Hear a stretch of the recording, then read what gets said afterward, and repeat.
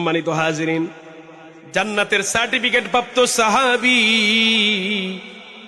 উসমান গনি জিন্নুরাইন রাদিয়াল্লাহু তাআলা আনহু কবর নিয়ে তো চিন্তা, আর আমরা আমাদের ঈমানও দুর্বল, আমলও দুর্বল, কবর নিয়ে আমাদের কোনো পেরেশানি নাই, টেনশন নাই। ও ভাই, আপনারা সবাই বলেন, মুরব্বী বাবারা, যুবক ভাইরা, একদিন মরা লাগবে কিনা? একটু জোরে বলেন, একটু মজা করে বলেন না, মরা লাগবে কিনা? ও মুরব্বী বাবা, যুবক ভাইরা, মরে দেখো তোমার কোনো আপন কেউ পৃথিবীতে নাই। আজকে মরো, তোমাকে আজকেই দাফন করে দিবে। পৃথিবীর মায়ায় তোমার লাশটা 2 দিন 3 দিন রাখবে না। আপনি মরবেন, আপনার পরিবারের মানুষেরা, আপনার আত্মীয় স্বজনেরা এসে দলে দলে সবাই মিলে আপনার খবর দিয়ে দিবে। ওই দিন স্মরণ করবে। আপনি কবরে চলে যাওয়ার পরে, কবরে রেখে দেওয়ার পরে হয়তো আপনার সন্তানেরা 2 দিন 4 দিন 5 দিন 1 সপ্তাহ 40 দিন কাঁদবে। এরপরে সন্তানেরাও আস্তে আস্তে ভুলে যাবে। দেখেন, আপনার বাবা যেই দিন মারা গিয়েছিলেন আপনি কাঁদছিলেন, প্রথম কয়েকদিন আপনার বাবার কথা খুব মনে পড়েছিল, দিন দিন আপনিও আপনার বাবার কথা ভুলে গেছেন। ঠিক কিনা বলেন? আপনি মারা যাবেন, আপনার সন্তানেরাও আস্তে আস্তে ভুলে যাবে। আজকে মরে দেখেন, আপনার মানিব্যাগের টাকাটাও সন্তানরা ভাগ করে নিয়ে যাবে। এই জন্য মারা যাওয়ার আগে জমিনে আল্লাহর বিধান মেনে চলতে হবে। আমার নবীজির সুন্নাহ মোতাবেক যদি চলতে পারেন, আপনি কবরে গিয়েও শান্তি পাবেন, হাসরে গিয়েও মুক্তি পাবেন। আর যদি জমিনে থাকা অবস্থায় আল্লাহর গোলামি না করেন, ঈমানকে যদি পরিপূর্ণ না করতে পারেন, আমলকে যদি পরিপূর্ণ না করেন, দুনিয়াতে লাঞ্ছিত হবেন, কবরেও শাস্তি ভোগ করবেন, হাসরে আল্লাহর দরবারে জবাবদিহি করতে হবে। সম্মানিত হাজিরিন, কবর এমন একটা জায়গা, একটু চিন্তা করে দেখেন, কবর কত ভয়ঙ্কর জায়গা।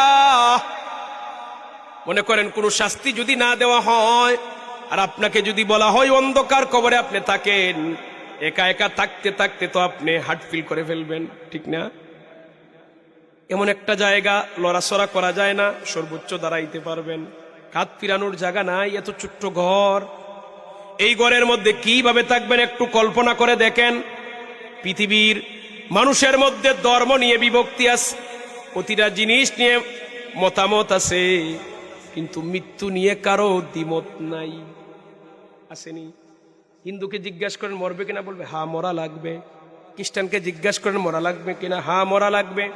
ইহুদি নাসারা যে কোনো ধর্মের মানুষকে জিজ্ঞাসা করেন মরা লাগবে কিনা, বলবে মরা লাগবে। এই ব্যাপারে কারো দ্বিমত নাই।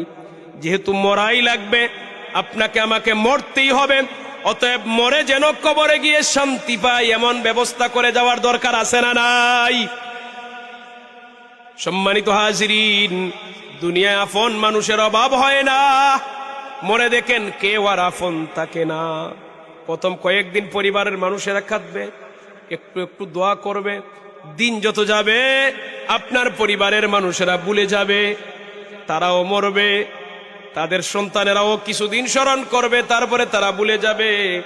এইভাবেই দুনিয়া চলতে থাকবে। এটাই হলো দুনিয়ার স্বাভাবিক নিয়ম। কেউ কারো আপন নাই, কেউ কারো আপন নাই। মরে দেখেন, কবরের মতো ভয়ঙ্কর জায়গা আর নাই। আমার নবী বলছেন, এটা হলো একজন মানুষের কিয়ামত 2 ভাগে ভাগ করা হয়, যে কিয়ামতে কুবরা, কিয়ামতে সুগরা। এটা হলো ছোট কিয়ামত, যে মরে তার জন্য কিয়ামত আরম্ভ। আপনি মরবেন, আপনার জন্য কিয়ামত আরম্ভ।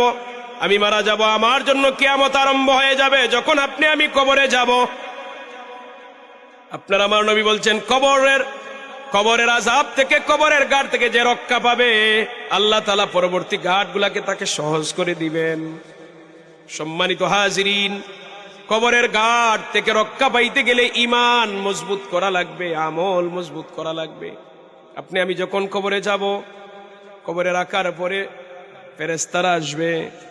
ফেরেশতারা এসে আপনাকে জাগ্রত করবে, আল্লাহ তাআলা আপনার ভিতরে রূহ ফিরিয়ে দিবেন। ফেরেশতা প্রশ্ন করবে, মান রাব্বুকা, তোমার রব কে? ইমানদার যদি হয় বলবে রব্বি আল্লাহ।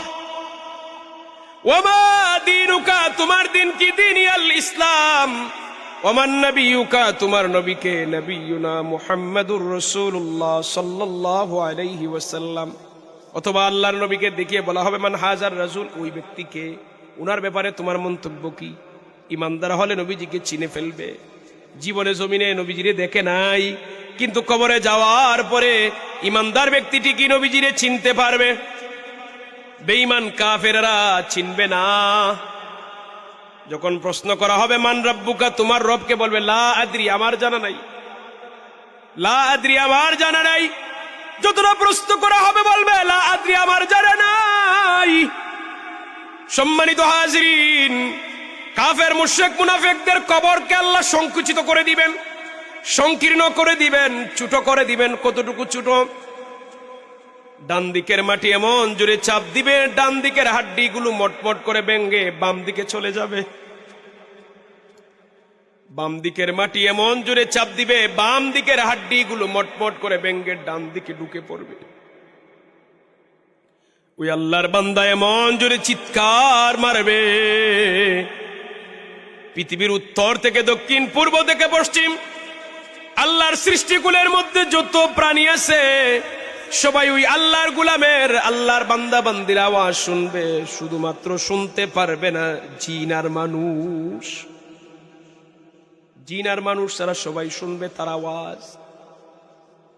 আর যদি ঈমান নিয়ে কবরে যাইতে পারেন, ঈমানদারের জন্য কবর বড় হওয়ার 3টা হাদিস পাওয়া যায়। 1 নাম্বার, ঈমানদারের জন্য কবরটা 70 গজ বড় হবে, সুবহানাল্লাহ বলেন। 2 নাম্বার, কবরটা 70 বর্গ গজ বড় হবে। 3 নাম্বার, বান্দার চোখের দৃষ্টি যতদূর যাবে ততটুকু পর্যন্ত বড় হয়ে যাবে। কয়টা হাদিস? প্রশ্ন হলো 3টা কেন? সকল মানুষের ঈমান সমান নয়, সকল মানুষের আমল সমান নয়। যার ঈমান সবচেয়ে মজবুত, যার আমল সবচেয়ে মজবুত, আল্লাহ রব্বুল আলামিন তার চোখের দৃষ্টি যত দূর যাবে আল্লাহ তাআলা তার কবরটারে তত বড় করে দিবেন।